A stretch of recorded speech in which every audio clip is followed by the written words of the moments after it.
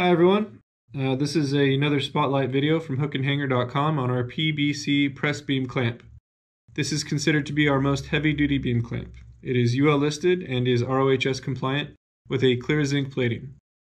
It is designed to be installed on beam flanges from 1/8 inch to 1/2 inch thick. Each of the 3 holes is tapped with 1/4 20 threads. The set screw features both a hex head and a Phillips head for convenient installation. This beam clamp can be used to secure items such as J-hooks or bridle rings for supporting network cable, both of which are available for sale on our website. Install the PBC beam clamp by sliding it onto the flange of a beam, then tighten down on the set screw.